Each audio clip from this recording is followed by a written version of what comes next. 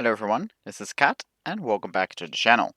And today we're going to build a Leviathan art build, and I call it more of a mobile fortress. And without further ado, we're going to go straight into the build. And I will apologize in advance if I sound weird. I have a really annoying cold, which continuously makes me cough.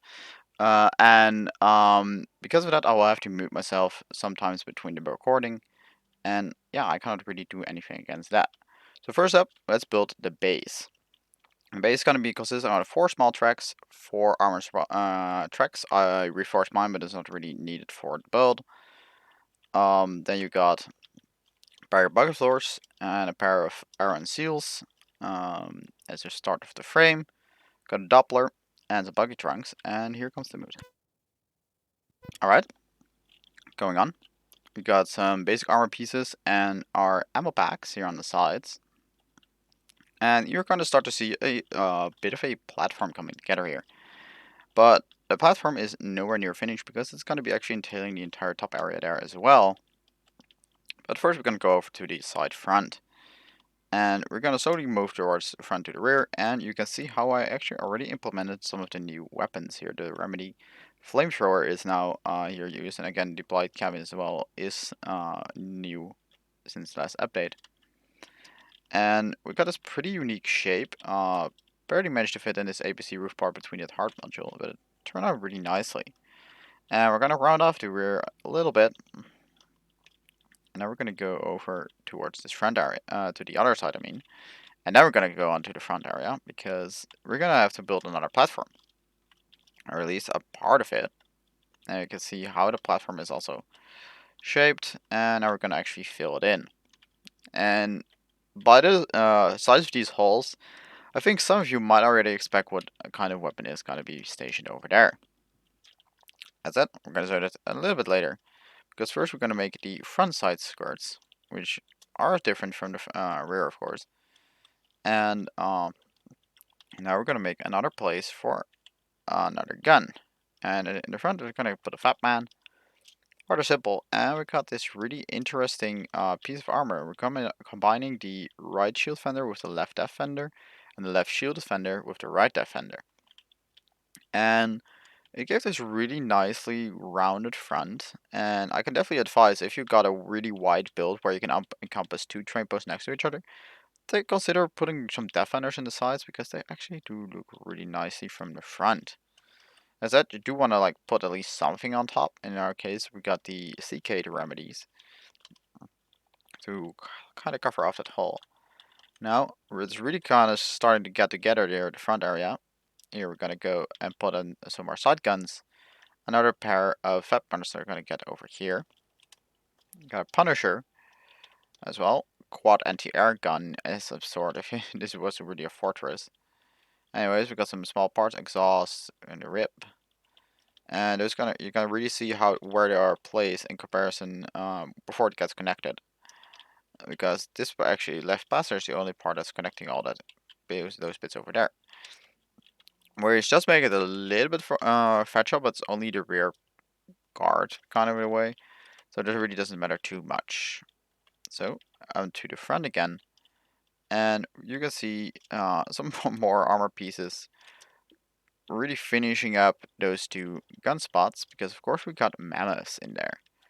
Now we're gonna go over to the top area, and we actually mounted our Colossus engine on the top, because I actually wanted to keep the exhaust fit visible. And to do that, I'm actually using some feeders here, and they really fit well in the build. Especially if we put this cranium on the top of it, you can still see the engine peeking out from underneath, but not too much. And we're gonna just kind of finish up with a bridge of some sorts with a large keen antenna on top. And here's gonna be the finished build. Of course, since I cannot send it into battle in any way, yeah, I am limited to just driving it into a test drive. And that said, the effectiveness of this thing is rather low because the 4 flamethrowers have a very minimal range when used by AI. And for some reason, oh wait, that's still the old I have the sideways binding, but I'm not going to reset that, I'm just going to work with it. Anyways, you can see the machine guns fire at this range. The cannons obviously fire as well. However, the flamethrowers won't fire until you're around over here. And I'll just try to slowly advance my way to the 200-meter target to show you when they actually start firing.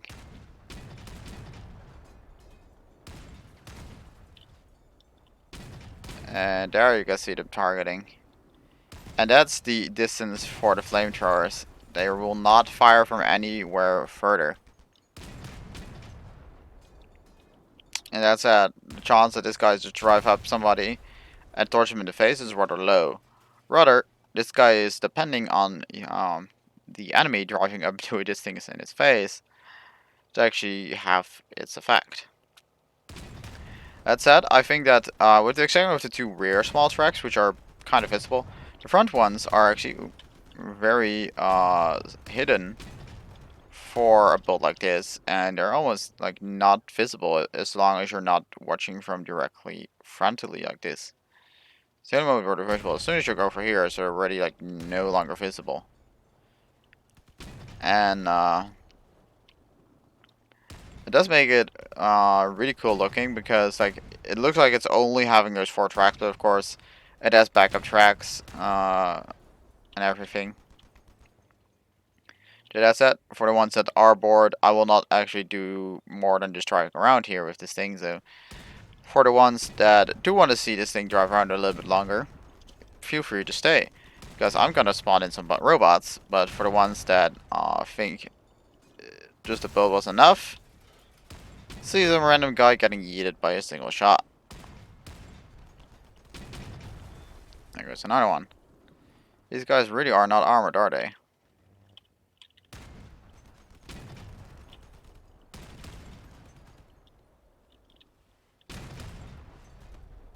Another one shot. Jeez. Let's see if I can respawn them and just stand in such a place where we don't really see too many enemies and let them get a little bit closer. Or not. Or not. Just rip them apart, honestly. Works too. So yeah, I guess that pretty much wraps it up. Again, for the ones that already got bored, they already left probably by now. Because, well, as the one downside of building these giant Leviathans is that you cannot do anything else and just drive them around in your test drive. That's literally all they do. I still kind of wish for Leviathan battles, like 1v1 maybe, or like one Leviathan against an entire group of enemies.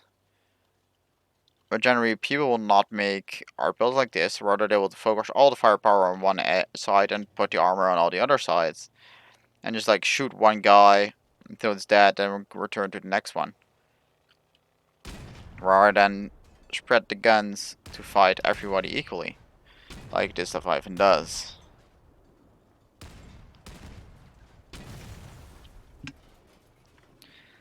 So yeah, I would love to hear if one of you guys made a giant fortress like this thing, because I really enjoyed doing this project, and well, it was more of a aesthetic freedom for me as well.